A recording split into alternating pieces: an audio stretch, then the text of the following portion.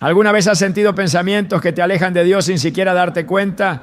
El enemigo es astuto y no siempre se presenta con amenazas evidentes, sino con mentiras sutiles que siembran duda, miedo y desesperanza en tu corazón. En 2 Corintios 11:14 se nos advierte: y no es de extrañar, pues Satanás mismo se disfraza de ángel de luz. Esto significa que sus engaños pueden parecer inofensivos o incluso correctos, pero su propósito es alejarte de la verdad y del amor de Dios. Hoy revelaremos 10 trucos que Satanás intenta infundir en tu corazón y alma. Estos engaños pueden parecer pequeños al principio, pero tienen el poder de debilitar tu fe y alejarte del propósito que Dios tiene para ti. ¿Estás listo para descubrir las estrategias del enemigo y fortalecer tu espíritu con la verdad de la palabra? Entonces quédate con nosotros, porque lo que aprenderás hoy podría cambiar tu vida para siempre. Desde el principio de los tiempos, Satanás ha utilizado la misma estrategia para alejar a los hijos de Dios de la verdad. No lo hace con gritos ni con una presencia evidente, sino con susurros disfrazados de lógica, con pensamientos que parecen razonables, pero que en realidad minan la fe y siembran la duda en el corazón del creyente. Así como lo hizo en el Edén cuando se acercó a Eva y le preguntó: ¿de veras Dios les dijo que no comieran de ningún árbol del jardín? Génesis 3:1. Sigue operando hoy con preguntas sutiles que siembran incertidumbre. No niega directamente la existencia de Dios, pero introduce en la mente pensamientos que llevan a cuestionarlo. ¿Realmente Dios escucha tus oraciones? ¿Es posible que todo esto solo sea una coincidencia? ¿No será que la fe es solo una construcción humana? Estos pensamientos no aparecen de golpe, sino que se infiltran lentamente, como una semilla en tierra fértil, que con el tiempo echa raíces profundas si no se detecta y se arranca a tiempo. Cuando una persona comienza a dudar de la fidelidad de Dios, de su amor o de su presencia, sin darse cuenta está abriendo una puerta a la influencia del enemigo. Satanás no necesita destruir la fe de una persona en un solo golpe. Le basta con debilitarla poco a poco, con minar su confianza en la palabra de Dios, hasta el punto en que el creyente ya no esté seguro de lo que antes creía con firmeza. Pedro caminó sobre las aguas porque creyó en la palabra de Jesús. Pero en cuanto comenzó a ver el viento y a enfocarse en las circunstancias, el miedo se apoderó de él y empezó a hundirse. Jesús le dijo: hombre de poca fe, ¿por qué dudaste? Mateo 14:31. La duda es una herramienta poderosa del enemigo, porque no necesita probar que Dios no existe. Solo necesita que el creyente se cuestione lo suficiente como para que su fe se debilite y deje de aferrarse a las promesas divinas. En la actualidad esta táctica se ha vuelto aún más efectiva porque vivimos en una era de información donde la fe es constantemente cuestionada por voces que parecen racionales, académicas o científicas. Satanás ha perfeccionado su estrategia para que la duda no solo surja de un pensamiento interno, sino de fuentes externas que presentan argumentos que suenan lógicos y persuasivos. Muchos cristianos que antes estaban firmes en la fe comienzan a preguntarse si la Biblia es realmente la palabra de Dios o si solo es un libro antiguo lleno de mitos y metáforas. Otros empiezan a dudar de la bondad de Dios porque ven el sufrimiento en el mundo y se preguntan por qué un Dios amoroso permitiría tanto dolor. En ambos casos, el objetivo del enemigo es el mismo: separar a la persona de su relación con Dios, debilitando su confianza en Él.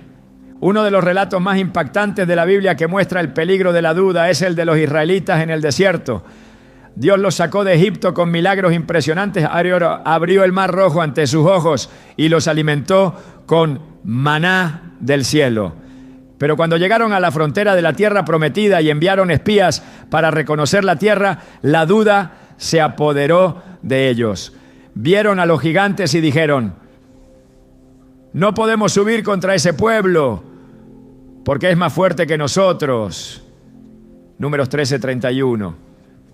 Su incredulidad los condenó a vagar 40 años en el desierto, hasta que una nueva generación llena de fe estuvo lista para recibir la promesa.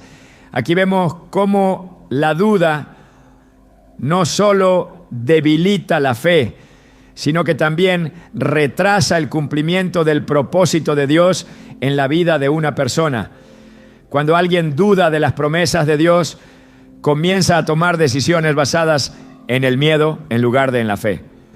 Y eso lo aleja del plan divino. Satanás sabe que la duda es más efectiva cuando ataca en los momentos de debilidad. Jesús fue tentado en el desierto cuando llevaba 40 días sin comer. En ese estado de vulnerabilidad, el enemigo se acercó con una pregunta engañosa: si eres hijo de Dios, di que estas piedras se conviertan en pan. Mateo 4:3. Notemos cómo la táctica del diablo no fue negar que Jesús era el Hijo de Dios, sino ponerlo en duda. Pero Jesús, lleno del Espíritu Santo, respondió con la palabra: escrito está, no solo de pan vive el hombre, sino de toda palabra que sale de la boca de Dios. Mateo 4:4. Aquí radica la clave para vencer la duda: aferrarse a la palabra de Dios con convicción absoluta. Cuando el enemigo susurra mentiras, la única forma de contrarrestarlas es con la verdad de las Escrituras. El problema es que muchos cristianos no conocen suficientemente la palabra de Dios. Y cuando llega la duda, no tienen una base firme sobre la cual sostenerse. Es como una casa construida sobre la arena. Cuando vienen los vientos y las tormentas de la vida, cae porque no tiene un fundamento sólido. Jesús lo explicó claramente en Mateo 7:24-27. El que oye estas palabras mías y las pone en práctica es como un hombre prudente que construyó su casa sobre la roca. Cayó la lluvia, crecieron los ríos, soplaron los vientos y azotaron aquella casa. Con todo, la casa no se derrumbó porque estaba cimentada sobre la roca. Pero aquel que no tiene la palabra en su corazón es como una casa sin cimientos. Bastará un poco de duda para que todo se derrumbe. La duda no solo afecta la relación de una persona con Dios, sino que también debilita su vida de oración. Alguien que empieza a preguntarse si Dios realmente lo escucha, eventualmente dejará de orar con fe. La Biblia nos advierte sobre este peligro en Santiago 1:6-7. Pero pida con fe sin dudar, porque el que duda es como las olas del mar, agitadas y llevadas de un lado a otro por el viento. No piense tal persona que recibirá cosa alguna del Señor. La duda paraliza, roba la confianza y cierra las puertas de la bendición. Es una trampa peligrosa que muchos caen sin darse cuenta hasta que su fe se ha enfriado completamente. Hay momentos en los que la duda vendrá, pero la diferencia entre caer en ella o superarla radica en lo que una persona hace cuando enfrenta esos pensamientos. Tomás, uno de los discípulos de Jesús, dudó de la resurrección hasta que pudo ver las heridas en sus manos. Pero en lugar de alejarse, se mantuvo en la comunidad de los discípulos hasta que tuvo su encuentro con Cristo. Y cuando finalmente lo vio, su respuesta fue inmediata: Señor mío y Dios mío. Juan 20:28. La clave está en permanecer cerca de Dios, incluso cuando surgen preguntas. La duda solo se convierte en un problema cuando lleva a alguien a alejarse, en lugar de acercarse más a la verdad. En el mundo actual, donde la información está al alcance de todos y las voces que atacan la fe son cada vez más fuertes, el creyente debe estar más firme que nunca en la palabra de Dios. No podemos evitar que el enemigo susurre dudas, pero sí podemos decidir si le damos espacio en nuestra mente o si lo confrontamos con la verdad. La Biblia nos dice que la fe viene por el oír la palabra de Dios. Romanos 10:17. Por lo que la mejor defensa contra la duda es llenarnos de la verdad de las Escrituras cada día. Satanás intentará debilitar la fe con argumentos disfrazados de lógica, pero aquellos que están arraigados en la palabra permanecerán firmes.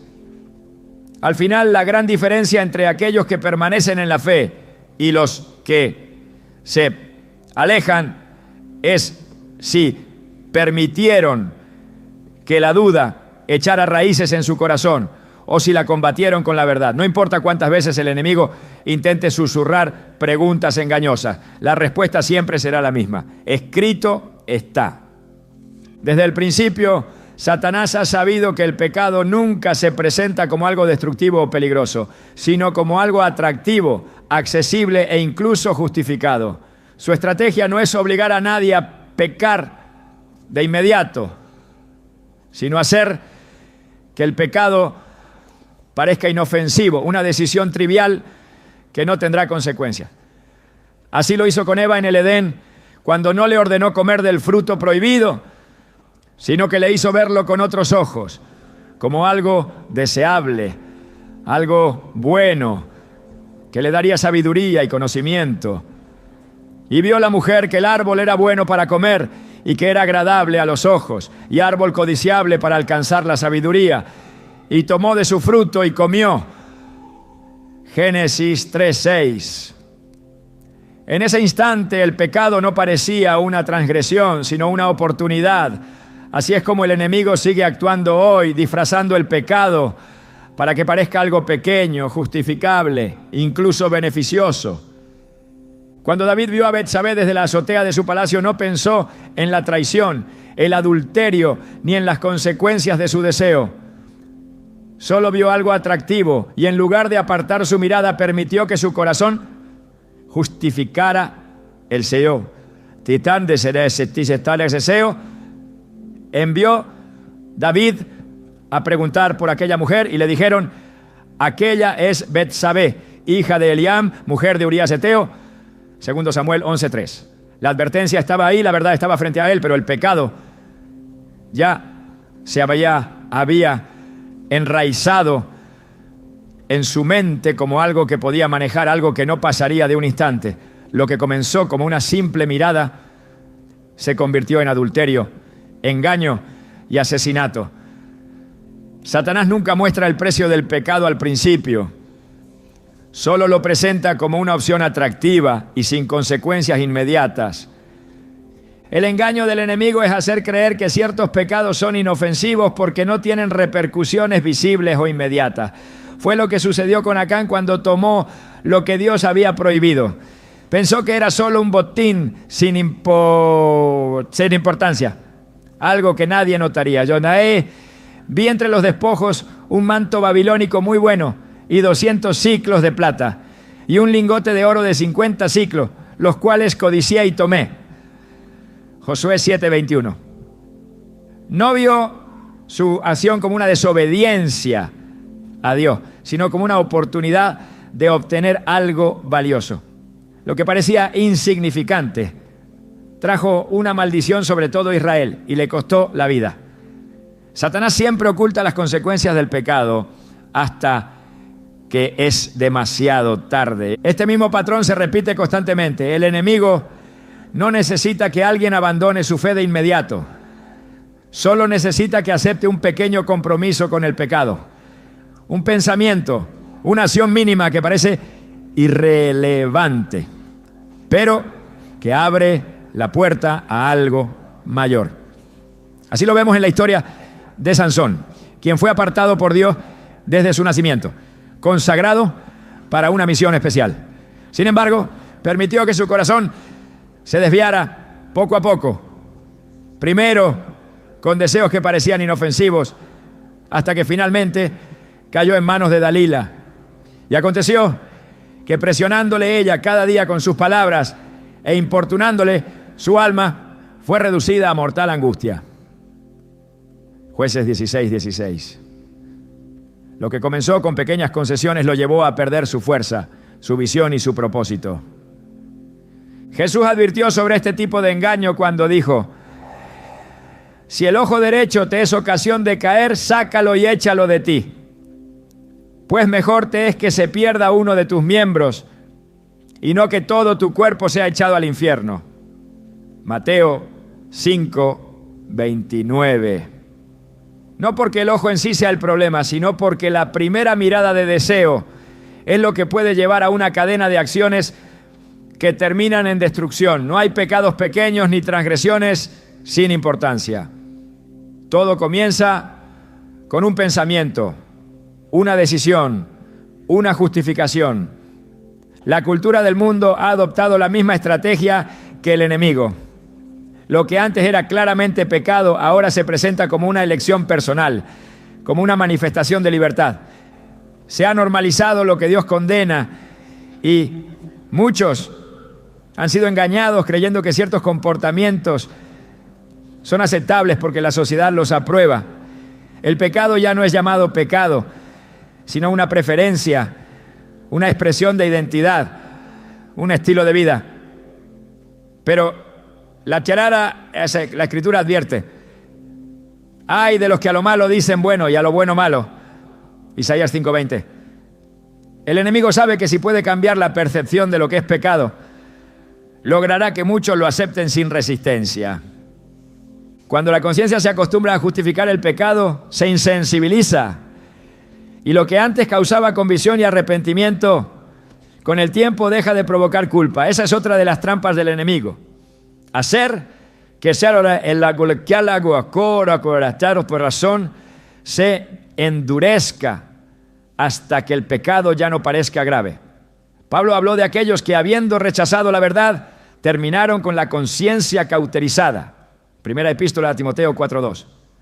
El peligro no es solo cometer pecado, sino llegar a un punto en el que ya no se sienta como algo malo. El pecado no se detiene en un solo acto, tiene una progresión que siempre busca ir más lejos. Lot no llegó de inmediato a Sodoma. Primero puso su campamento cerca de la ciudad, luego se acercó más y finalmente terminó viviendo en medio de la maldad. Abraham acampó en la tierra de Canaán, en tanto que Lot habitó en las ciudades de la llanura y fue poniendo sus tiendas hasta Sodoma. Génesis 13:12.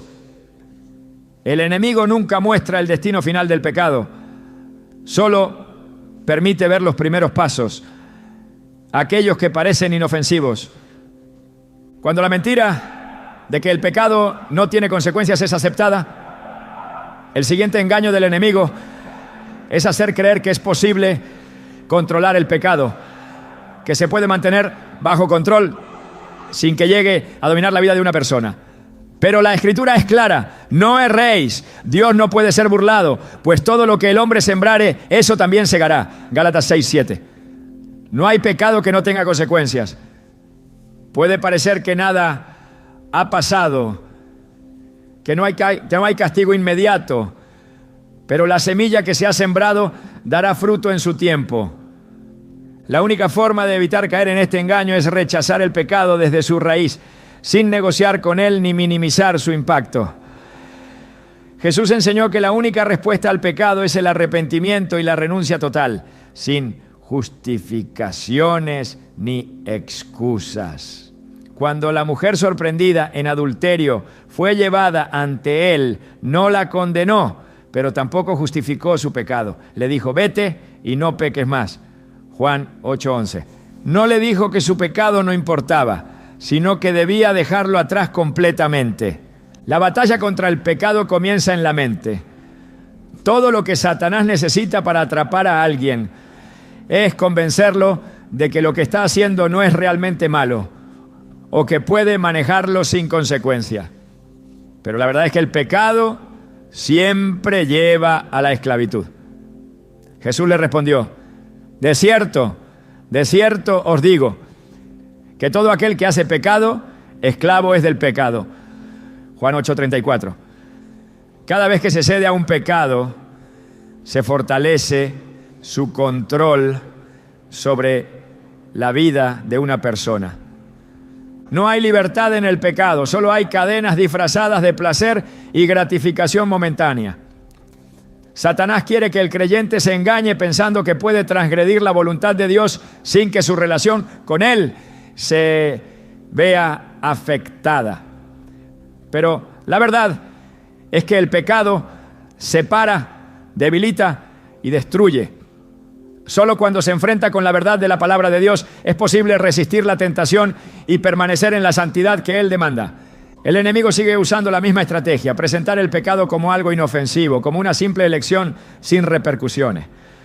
Pero la Escritura es clara, porque la paga del pecado es muerte, mas la dádiva de Dios es vida eterna en Cristo Jesús, Señor nuestro. Romanos 6:23. No hay engaño más grande que creer que se puede jugar con el pecado sin pagar su precio. El enemigo no necesita apartar de Dios a una persona de inmediato. Su estrategia es más sutil, más calculada. En lugar de un ataque directo contra la fe, utiliza la sobrecarga de preocupaciones, el peso de la vida diaria, el agotamiento y la ansiedad para alejar el corazón del creyente de su verdadera fuente de fortaleza. La distracción es una de sus armas más efectivas porque no parece peligrosa. No es un pecado evidente. No es una negación abierta de Dios. Pero poco a poco apaga el fervor espiritual y apaga el deseo de buscar a Dios con intensidad. La persona que antes oraba con pasión comienza a dejarlo para más tarde.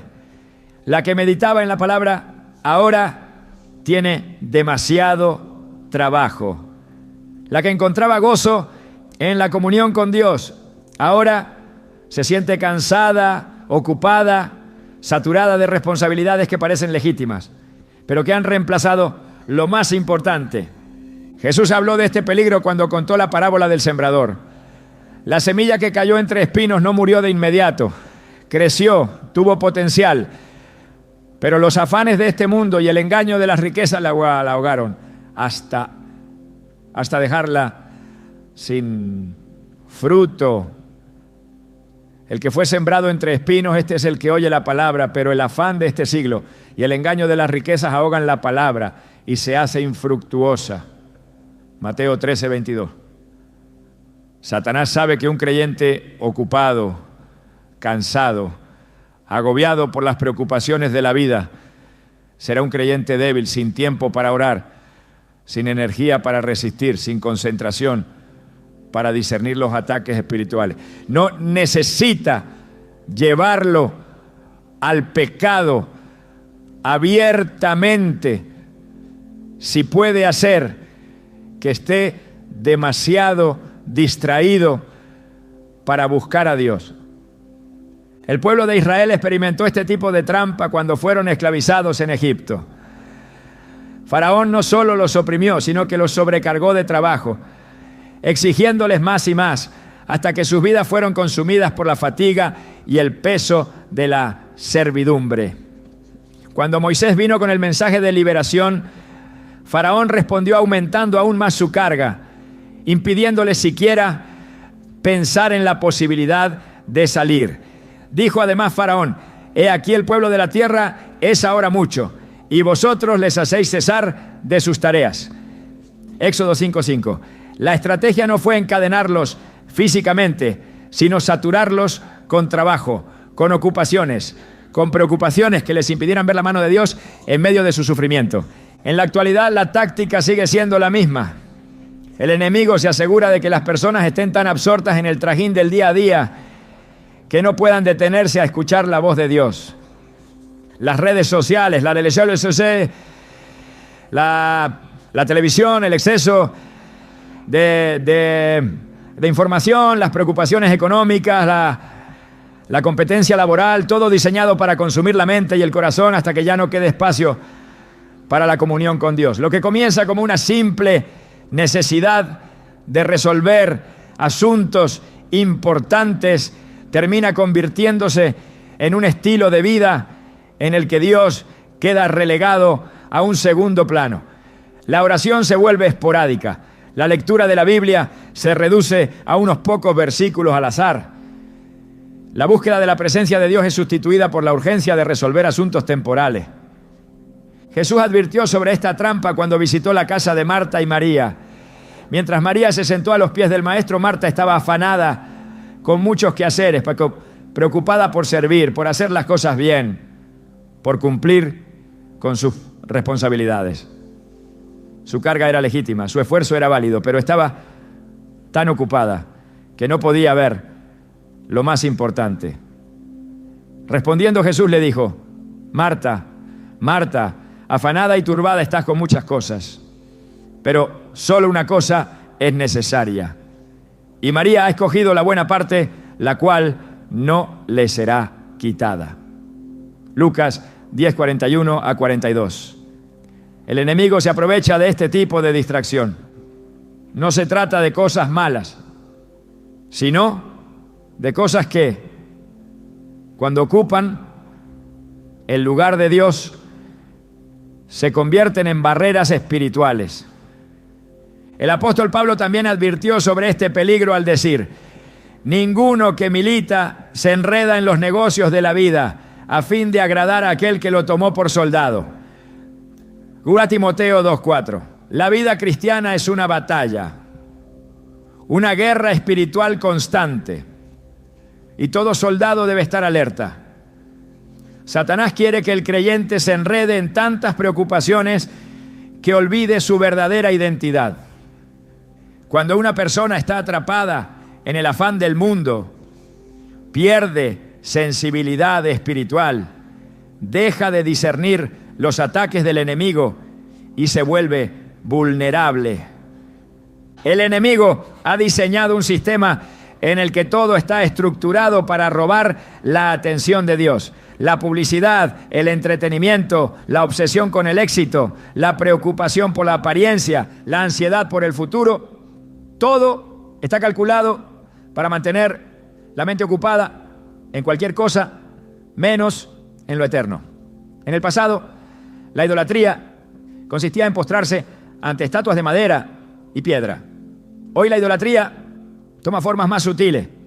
La búsqueda desenfrenada de reconocimiento, la obsesión por la estabilidad financiera, la necesidad de validación en las redes sociales, todo se convierte en un ídolo cuando ocupa el lugar de Dios en el corazón. Jesús enseñó que la única forma de romper con esta distracción es buscar primero el reino de Dios. Mas buscad primeramente el reino de Dios y su justicia, y todas estas cosas os serán añadidas. Mateo 6:33. La solución no es ignorar las responsabilidades de la vida, sino priorizar correctamente. El enemigo quiere que el creyente viva en un estado de constante preocupación, pero Dios llama a confiar, a descansar en su presencia, a entender que ninguna carga es mayor que su poder. Los profetas también denunciaron esta trampa. Cuando el pueblo regresó del exilio, en lugar de reconstruir el templo de Dios, se enfocaron en sus propios asuntos, en edificar sus casas, en establecerse cómodamente. Dios los confrontó por haber puesto sus propios intereses por encima de la adoración y les mostró que a pesar de su esfuerzo, sus vidas seguían vacías porque habían descuidado su relación con Él. Sembráis mucho y recogéis poco. Coméis y no os saciáis. Bebéis y no quedáis satisfechos. Os vestís y no os calentáis.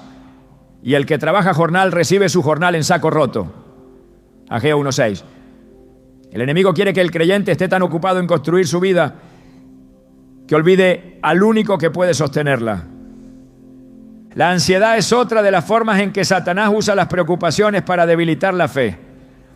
Cuando una persona está dominada por el miedo al futuro, por la incertidumbre de lo que vendrá, por la presión de cumplir con todo, se vuelve vulnerable. La ansiedad roba la paz, quita la capacidad de confiar en Dios, hace que la persona dependa de sus propios esfuerzos en lugar de depender de la provisión divina. Jesús lo dejó claro cuando dijo: por tanto, os digo, no os afanéis por vuestra vida. ¿Qué habéis de comer o qué habéis de beber? Ni por vuestro cuerpo, ¿qué habéis de vestir? ¿No es la vida más que el alimento y el cuerpo más que el vestido? Mateo 6, 25. Satanás quiere que el creyente se consuma en la preocupación para que nunca pueda descansar en la presencia de Dios. Pero el Señor ha prometido que aquellos que ponen su confianza en Él encontrarán descanso. Venid a mí, todos los que estáis trabajados y cargados, y yo os haré descansar. Mateo 11, 28. Cuando la carga de la vida se vuelve demasiado pesada, cuando las preocupaciones ahogan la fe, cuando la distracción se convierte en un estilo de vida, el enemigo ha logrado su propósito. El remedio no es hacer menos, sino volver al primer amor, recuperar la prioridad de la presencia de Dios, recordar que sin Él nada tiene sentido. No hay trampa más peligrosa que aquella que parece normal, aquella que no se identifica como un ataque. Pero la verdad es clara. Todo lo que roba la atención de Dios es un arma del enemigo. Y la única forma de vencerlo es buscar a Dios con todo el corazón. El enemigo no siempre ataca con tentaciones obvias ni con distracciones evidentes. A veces, y su estrategia es más profunda, más insidiosa, más difícil de detectar porque se esconde en lo que la humanidad considera justificado: el resentimiento. Un corazón herido es terreno fértil para su obra, porque cuando el dolor no es sanado, se convierte en una prisión invisible, una trampa que encierra la mente y el alma en un ciclo de amargura. La injusticia sufrida se convierte en el argumento perfecto para mantener vivo el rencor.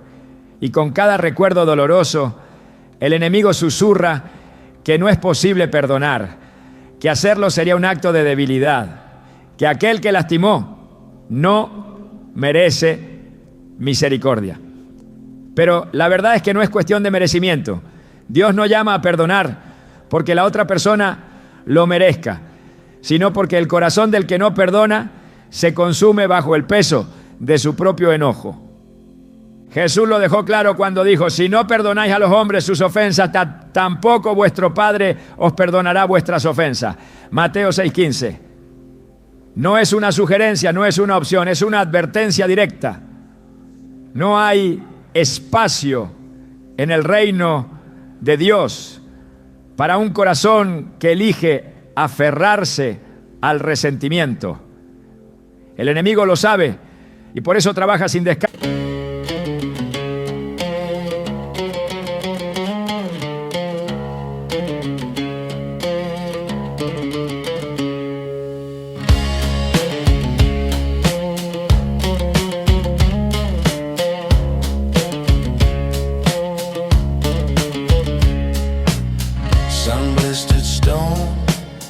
Dust devils spun, ancient walls crumbled slow.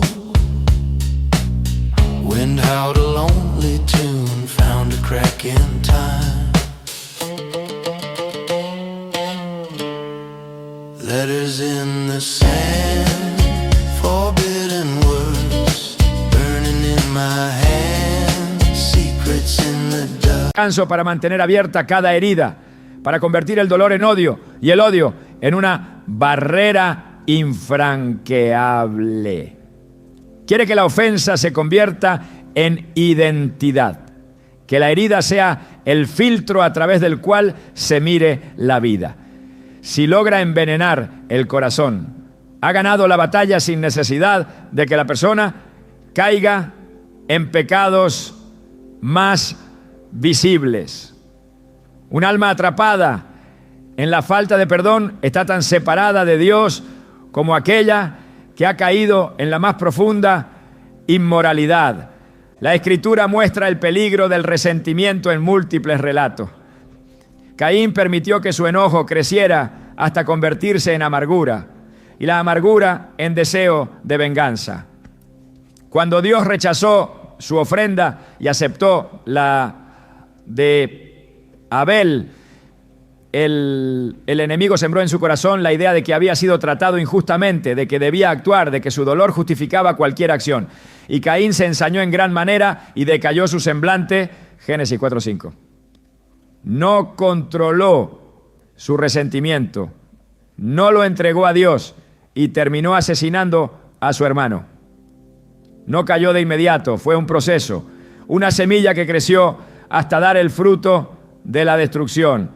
El resentimiento no se detiene, nunca se conforma con ser solo un pensamiento. Es un veneno que se expande y transforma a la persona hasta que su propio carácter es moldeado por la ira. El enemigo quiere que el creyente se aferre a la idea de que perdonar es imposible, de que soltar la ofensa significa justificarla. Quiere que el dolor sea un ciclo sin fin, que el pasado gobierne el presente, que la herida permanezca abierta para que nunca haya sanidad. Quiere que la traición de los demás sea una excusa para endurecer el corazón. Pero la Escritura muestra un camino diferente. José fue vendido por sus propios hermanos, traicionado por aquellos en quienes debía confiar, despojado de todo y arrojado a una vida de esclavitud. Si alguien tenía razones para guardar resentimiento, era él. Sin embargo, cuando tuvo la oportunidad de vengarse, eligió lo contrario. Vosotros pensasteis mal contra mí, mas Dios lo encaminó a bien. Génesis 50:20. Su decisión no cambió lo que le hicieron, pero lo libró de ser definido por su sufrimiento. No permitió que el resentimiento lo corrompiera. El enemigo intenta convencer de que hay heridas que nunca sanarán, que ciertas ofensas son demasiado grandes para ser perdonadas. Pero Cristo en la cruz miró a aquellos que lo crucificaban y dijo: Padre, perdónalos porque no saben lo que hacen. Lucas 23:34. No esperó a que pidieran perdón, no esperó a que reconocieran su error. Eligió soltar la carga en el momento de mayor sufrimiento. Ese es el estándar divino, el modelo que se espera seguir.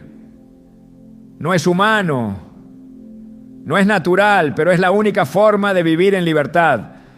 El resentimiento es una prisión en la que el carcelero y el prisionero son la misma persona. Se cree que al retener la ira se castiga al que causó la herida, pero en realidad es el propio corazón el que se marchita bajo el peso de la amargura. El enemigo lo sabe y por eso susurra que soltar el enojo significa ser débil, significa perder. Pero el verdadero perdón no es una señal de rendición, sino de victoria. Significa que la herida ya no define el destino, que el pasado ya no tiene poder sobre el futuro, que el enemigo ha perdido su influencia. Pablo lo explicó con claridad. Quítense de vosotros toda amargura, enojo, ira, gritería y maledicencia y toda malicia. Antes sed benignos unos con otros, misericordiosos, perdonándoos unos a otros, como Dios también os perdonó a vosotros en Cristo. Efesios 4, 31, 32. No hay espacio para la amargura en un corazón que ha sido tocado por la gracia de Dios. Se puede justificar el resentimiento, se pueden presentar argumentos, pero al final la única verdad es que quien ha sido perdonado no tiene derecho a retener el perdón. El enemigo intenta que el dolor del pasado impida la paz del presente. Quiere que las heridas nunca cicatricen, que la memoria de la traición sea un obstáculo para la comunión con Dios. Quiere que la falta de perdón se convierta en una barrera para la oración, porque sabe que un corazón cargado de resentimiento no puede acercarse a Dios con libertad. Jesús enseñó este principio cuando dijo: cuando estéis orando, perdonad, si tenéis algo contra alguno, para que también vuestro Padre que está en los cielos os perdone a vosotros. Marcos 11:25. No es una sugerencia, es una condición. No se puede avanzar en la fe cuando el alma está encadenada al rencor. El resentimiento no solo afecta a la relación con Dios, no, sino que destruye la paz, la salud emocional, la capacidad de amar a los demás. El enemigo quiere que la ofensa del pasado se convierta en una sombra permanente, en un filtro a través del cual se ve la vida. Quiere que cada relación esté contaminada por las heridas anteriores. Que el miedo a ser lastimado impida abrir el corazón. Que la confianza sea reemplazada por la sospecha. Que el amor sea sofocado por la amargura. Pero Dios no ha llamado a vivir con corazones endurecidos, sino con corazones renovados por su amor. La solución no es ignorar el dolor, no es fingir que no existió. Es llevarlo a los pies de Cristo, soltar la carga y permitir que Él sane lo que fue roto. Venid a mí todos los que estáis trabajados y cargados, y yo os haré descansar. Mateo 11:28. No se trata de minimizar la herida, sino de reconocer que el resentimiento solo prolonga el sufrimiento. La sanidad comienza cuando se elige dejar de alimentar el enojo y se permite que Dios transforme el dolor en testimonio. El enemigo quiere que la falta de perdón se convierta en un ciclo sin fin, en una cadena que nunca se rompe. Pero la Escritura enseña que donde hay perdón hay verdadera libertad. Así que si el Hijo os libertare, seréis verdaderamente libres. Juan 8:36. No hay trampa más efectiva que la que mantiene el alma prisionera en su propio dolor. Pero no hay poder más grande que el de un corazón que ha elegido soltar, sanar y caminar en la plenitud de la gracia de Dios. El engaño más peligroso del enemigo no siempre es el más evidente. A veces no se presenta en la forma de un ataque directo contra la fe, ni en una tentación abierta al pecado, ni siquiera en un peso de preocupaciones que ahogue la vida espiritual.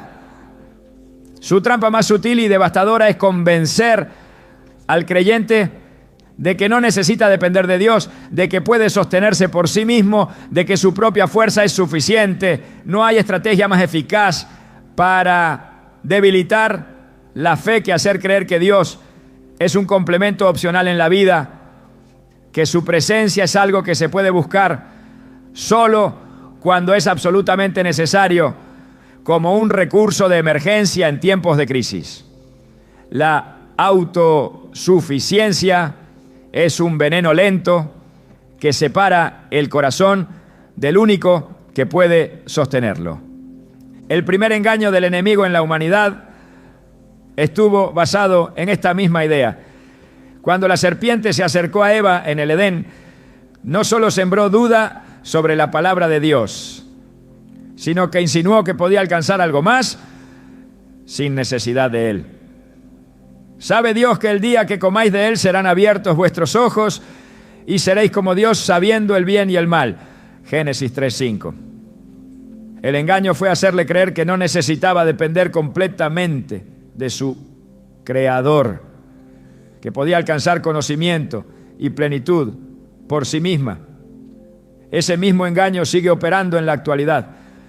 El enemigo susurra que el esfuerzo humano es suficiente, que la capacidad personal es la clave del éxito, que la sabiduría propia es más confiable que la dependencia de Dios. El pueblo de Israel cayó en esta trampa repetidas veces. Cada vez que se apartaban de Dios y confiaban en su propio poder, sufrían las consecuencias de su autosuficiencia.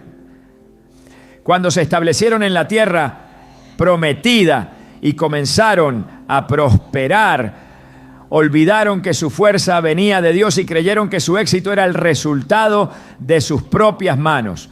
No digas en tu corazón, mi poder y la fuerza de mi mano me han traído esta riqueza, sino acuérdate de Jehová tu Dios, porque Él te da el poder para hacer las riquezas. Deuteronomio 8:17-18. Cada vez que se alejaron de esa verdad, cayeron en la idolatría, en la corrupción y en la destrucción. Satanás no necesita persuadir abiertamente a una persona para que rechace a Dios. Solo necesita hacerle creer que puede manejar su vida sin Él. El mundo ha adoptado esta mentalidad y la ha convertido en un sistema donde la autosuficiencia es exaltada como una virtud. Se enseña que la fortaleza está en la independencia, que el éxito depende solo del esfuerzo personal, que la confianza en Dios es para los débiles. Pero la Escritura revela una verdad diferente. Así ha dicho Jehová: maldito el varón que confía en el hombre y pone carne por su brazo, y su corazón se aparta de Jehová. Jeremías 17:5. No hay mayor debilidad que la de aquel que cree que puede sostenerse solo, porque tarde o temprano su propia fuerza fallará. La historia de Sansón es un ejemplo claro de cómo el enemigo utiliza la autosuficiencia para destruir a quienes han sido llamados por Dios. Desde su nacimiento, Sansón fue apartado para un propósito divino y recibió una fuerza sobrenatural como señal de la presencia de Dios en su vida. Pero en lugar de reconocer que su poder venía del Señor, comenzó a confiar en sí mismo. Creyó que podía jugar con la tentación sin consecuencias, que podía quebrantar el mandato de Dios y seguir siendo fuerte. Su autosuficiencia lo llevó a la imprudencia, y cuando finalmente Dalila lo traicionó, no se dio cuenta de que la presencia de Dios lo había abandonado. Y él no sabía que Jehová ya se había apartado de él. Jueces 16:20. Ese es el peligro de depender de la propia fuerza. La persona no percibe en qué momento ha quedado desprotegida. El enemigo quiere que la autosuficiencia se convierta en un estilo de vida, que la oración sea reemplazada por la planificación, que la confianza en Dios sea sustituida por la confianza en la propia capacidad, que la dependencia del Espíritu Santo sea descartada en favor de la autosuficiencia. Pero la palabra de Dios es clara: confía en Jehová con todo tu corazón y no te apoyes en tu propia prudencia. Proverbios 3:5.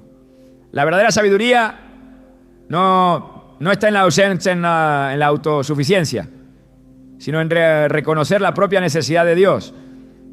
Los reyes de Israel enfrentaron esta prueba constantemente. Saúl fue elegido por Dios, ungido con poder, respaldado con autoridad, pero en el momento en que comenzó a confiar más en sus propias decisiones que en la dirección divina, su reinado fue arruinado. Cuando se vio en una crisis y sintió la presión del pueblo, decidió tomar el asunto en sus manos en lugar de esperar la instrucción de Dios.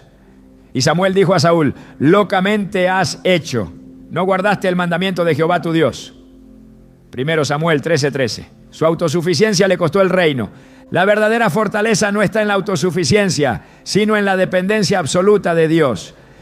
Pablo, quien tenía conocimiento, educación y una gran capacidad intelectual, entendió esta verdad cuando escribió: bástate mi gracia, porque mi poder se perfecciona en la debilidad. 2 Corintios 12:9. No se trata de negarse a actuar, sino de reconocer que la capacidad humana no es suficiente sin la dirección de Dios. No hay sabiduría en la autosuficiencia. Solo hay orgullo disfrazado de confianza. El enemigo quiere que cada logro personal refuerce la idea de que Dios es innecesario.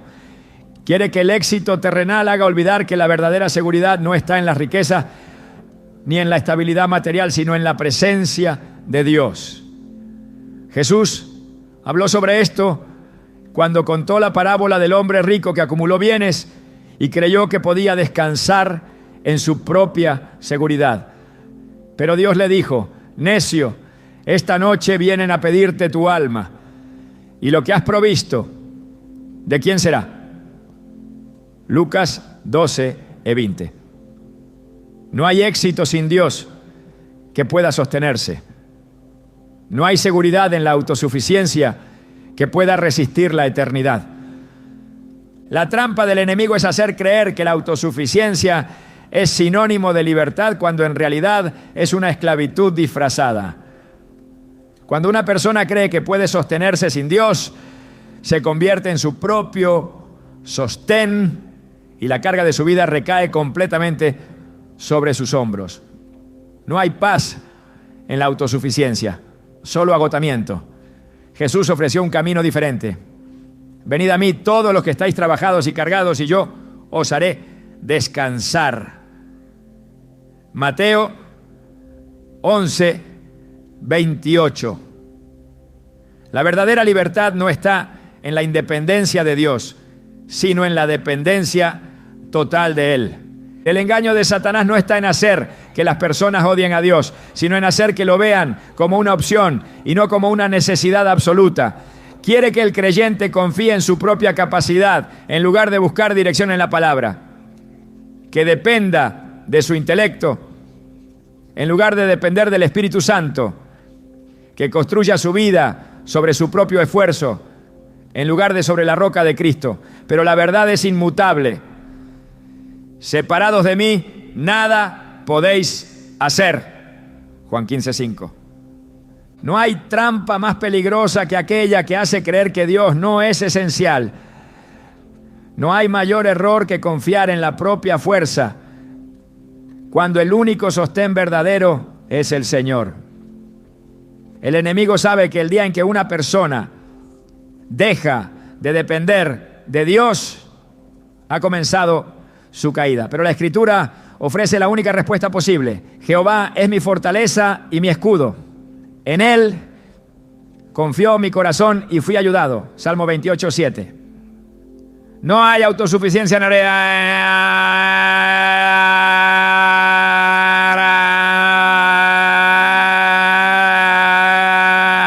de Dios. Solo corazones rendidos que han entendido que fuera de Él no hay nada. El enemigo no solo intenta sembrar la duda, justificar el pecado, cargar la vida de preocupaciones, encadenar el corazón con resentimiento y hacer creer que la autosuficiencia es una virtud, sino que su trampa final es más devastadora: la desesperanza. Cuando todo lo demás falla, cuando sus mentiras han sido confrontadas con la verdad, su último recurso es convencer al creyente de que no hay salida, de que Dios se ha apartado, de que ya no hay más oportunidad para levantarse. No hay un ataque más peligroso que aquel que susurra que todo está perdido. La desesperanza paraliza, roba la fe, cierra el corazón a la restauración y destruye la certeza de que Dios sigue obrando. El enemigo quiere que el alma se rinda antes de ver la victoria, que la persona se convenza de que ya no tiene propósito, que su error ha sido demasiado grande o que su situación no tiene remedio. Esta fue la estrategia que usó con Judas. Lo llevó primero a la avaricia, luego a la traición. Y cuando todo estuvo consumado, le mostró el peso de su culpa sin dejarle ver el camino de la restauración. Entonces Judas, el que le había entregado, viendo que era condenado, devolvió arrepentido las 30 piezas de plata a los principales sacerdotes y a los ancianos, diciendo: yo he pecado entregando sangre inocente. Mas ellos dijeron: ¿qué nos importa a nosotros? Allá tú. Mateo 27, 3-4. En ese momento el enemigo selló su obra. El pecado ya había sido cometido, pero en lugar de encontrar misericordia, encontró un muro de indiferencia. Satanás lo llevó hasta el borde del abismo y lo dejó allí, convenciéndolo de que su única opción era la muerte. Pedro también traicionó al Señor, pero la diferencia fue que no permitió que la desesperanza lo consumiera. Lloró amargamente, pero no huyó de la gracia de Dios. Y Pedro, saliendo fuera, lloró amargamente. Lucas 22:62. Su historia no terminó en la desesperación, sino en la restauración. Jesús lo buscó, lo llamó por su nombre y le devolvió su propósito. Simón, hijo de Jonás, ¿me amas? Juan 21:17. Pedro pudo haber creído que su ministerio había terminado, que su error lo descalificaba para siempre. Pero el enemigo no tuvo la última palabra. Así ha sido siempre. Satanás intenta convencer a los hijos de Dios de que su condición es definitiva, que su pasado los define, que su situación nunca cambiará. Con Elías utilizó el agotamiento y el miedo. Después de haber visto el poder de Dios en el Monte Carmelo, después de haber presenciado fuego descender del cielo y consumir el sacrificio, huyó y pidió la muerte. Basta ya, oh Jehová, quítame la vida, pues no soy yo mejor que mis padres. Primera Reyes 19:4. Elías no dudaba de Dios, no dudaba de su poder, pero se sintió derrotado, sin fuerzas para continuar. El enemigo no necesitaba apartarlo con el pecado ni llenarlo de distracciones. Solo necesitaba que creyera que su tiempo había terminado. El engaño de la desesperanza es hacernos olvidar que Dios es un Dios de nuevas oportunidades. Cuando el pueblo de Israel fue llevado cautivo a Babilonia, muchos pensaron que todo había acabado, que nunca volverían a su tierra, que la promesa de Dios se había roto. Pero aún en medio del exilio, Dios envió un mensaje de esperanza. Porque yo sé los pensamientos que tengo acerca de vosotros, dice Jehová, pensamientos de paz y no de mal, para daros el fin que esperáis. Jeremías 29:11. Aún en la peor condición, la promesa de restauración seguía en pie. El enemigo quiere que el creyente olvide que Dios es experto en transformar lo que parece destruido. Quiere que cada error cometido parezca definitivo, que cada caída se vea como el final, que cada fracaso sea visto como una sentencia. Pero la Escritura está llena de historias donde la restauración de Dios es más grande que cualquier derrota. David cayó en pecado, pero no quedó postrado. Me levanté en angustia y ayuné, y entré en casa de Jehová y pasé la noche acostado en tierra. 2 Samuel 12:16. Su arrepentimiento no eliminó las consecuencias, pero tampoco anuló su llamado. Dios lo restauró y cumplió sus promesas sobre su vida. El enemigo intenta cegar al creyente para que no vea la gracia de Dios. Quiere que la vergüenza lo aleje, que el remordimiento lo haga huir, que el peso de sus errores lo haga creer que ya no es digno de acercarse al Padre. Pero Jesús contó una parábola que destruye ese engaño. La historia del hijo pródigo. Se fue lejos, desperdició todo, cayó en lo más bajo. Pero cuando decidió regresar, no encontró rechazo, sino brazos abiertos. Cuando aún estaba lejos, lo vio su padre y fue movido a misericordia. Y corrió. Y se echó sobre su cuello y le besó. Lucas 15:20. No hubo juicio. No hubo condenación, solo amor y restauración. El enemigo quiere que la desesperanza haga creer que Dios se ha apartado, pero la verdad es que Dios nunca se aleja de los que claman a Él.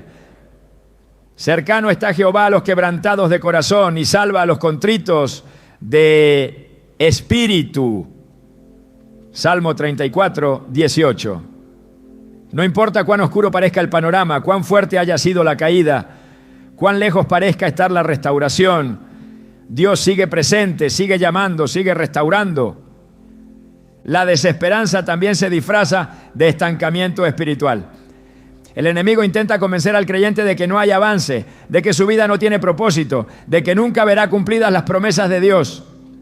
Pero el tiempo de Dios no es el tiempo humano. José fue vendido como esclavo, pasó años en la cárcel, vivió injusticia tras injusticia, pero cada evento lo estaba preparando para su destino. Vosotros pensasteis mal contra mí, mas Dios lo encaminó a bien.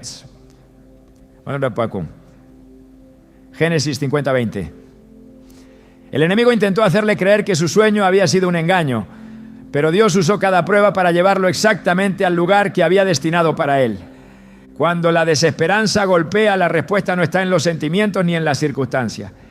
Está en la verdad inquebrantable de la palabra de Dios. El que comenzó en vosotros la buena obra la perfeccionará hasta el día de Jesucristo. Filipenses 1:6. El enemigo quiere que el creyente mire su presente y pierda la fe en su futuro. Pero Dios ya ha trazado un camino que no puede ser cancelado por ninguna circunstancia. El plan de Satanás es encerrar a los hijos de Dios en la idea de que no hay salida. Pero la cruz es la prueba de que la última palabra la tiene Dios.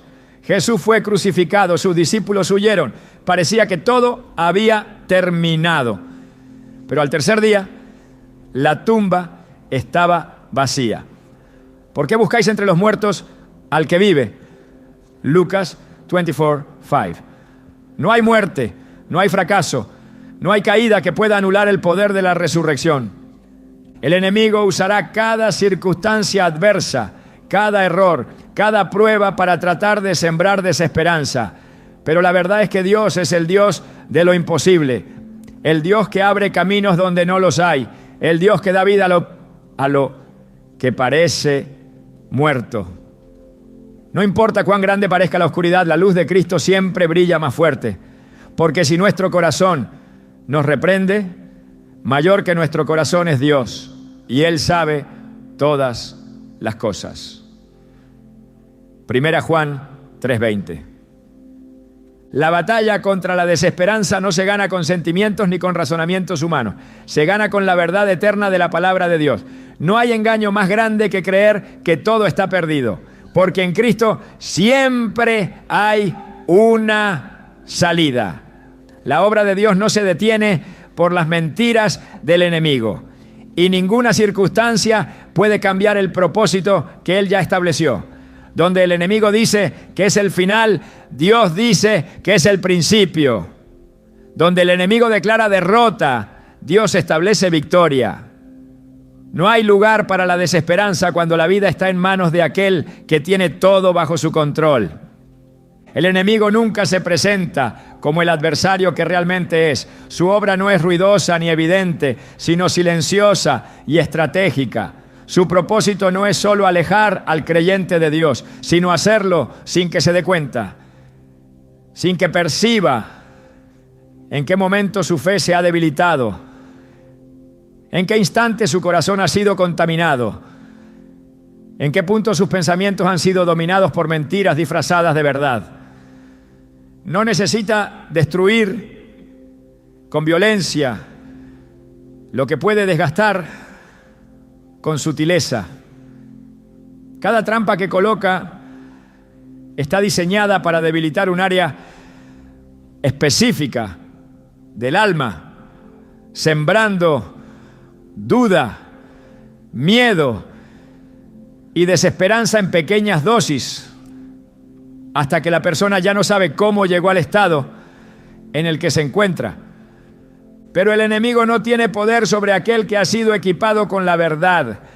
Su mayor arma es el engaño, y su mayor derrota ocurre cuando la luz de la palabra de Dios expone cada una de sus estrategias. No hay mentira que pueda sostenerse ante la verdad. No hay sombra que permanezca cuando la presencia de Dios entra en escena. Cada trampa puede ser desactivada. Cada plan del enemigo puede ser frustrado. Cada mentira puede ser destruida. Pero esto solo sucede cuando el creyente deja de luchar con sus propias fuerzas y se aferra completamente a Dios. El peligro no está solo en la trampa en sí, sino en la indiferencia ante ella.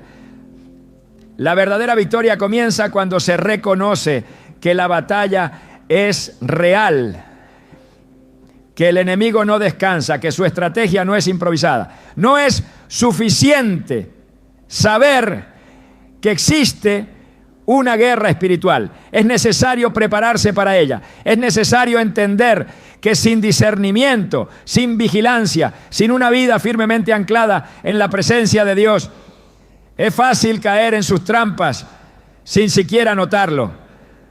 Jesús advirtió que el enemigo vendría no con un ataque obvio, sino con una astucia diseñada para engañar incluso a los escogidos. Porque vendrán falsos cristos y falsos profetas y harán grandes señales y prodigios, de tal manera que engañarán, si fuere posible, aún a los escogidos. Mateo 24:24. La clave para vencer no está en la fortaleza humana, sino en una dependencia absoluta de Dios. No se trata de inteligencia, no se trata de fuerza de voluntad, se trata de permanecer en comunión con el único que pueda dar discernimiento. No hay victoria sin oración, no hay resistencia sin fe, No hay protección sin la presencia de Dios obrando continuamente en el corazón. El enemigo quiere que la relación con Dios sea esporádica. Quiere que el creyente dependa de sus emociones y no de la verdad eterna. Quiere que su fe se base en circunstancias y no en la fidelidad de Dios. Pero aquel que ha decidido permanecer firme, aquel que ha entendido que su vida no es gobernada por lo que siente, sino por lo que Dios ha dicho, ese no será fácilmente movido. Cada estrategia del enemigo puede ser desmantelada con la palabra de Dios. Cada mentira tiene una verdad que la anula. Cada trampa tiene una salida preparada por Dios. No importa cuántos intentos haga el enemigo por debilitar la fe. No importa cuántas veces intente sembrar confusión. No importa qué tan grande parezca su influencia. Su poder es limitado. Su derrota ya fue decretada en la cruz. Su final ya está escrito.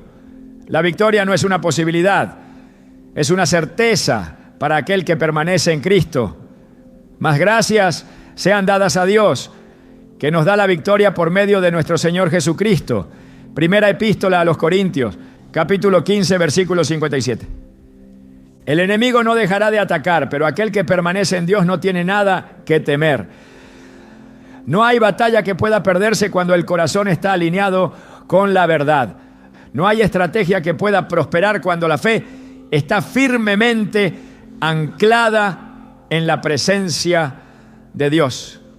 No hay oscuridad que pueda prevalecer cuando la luz de Cristo brilla con toda su fuerza.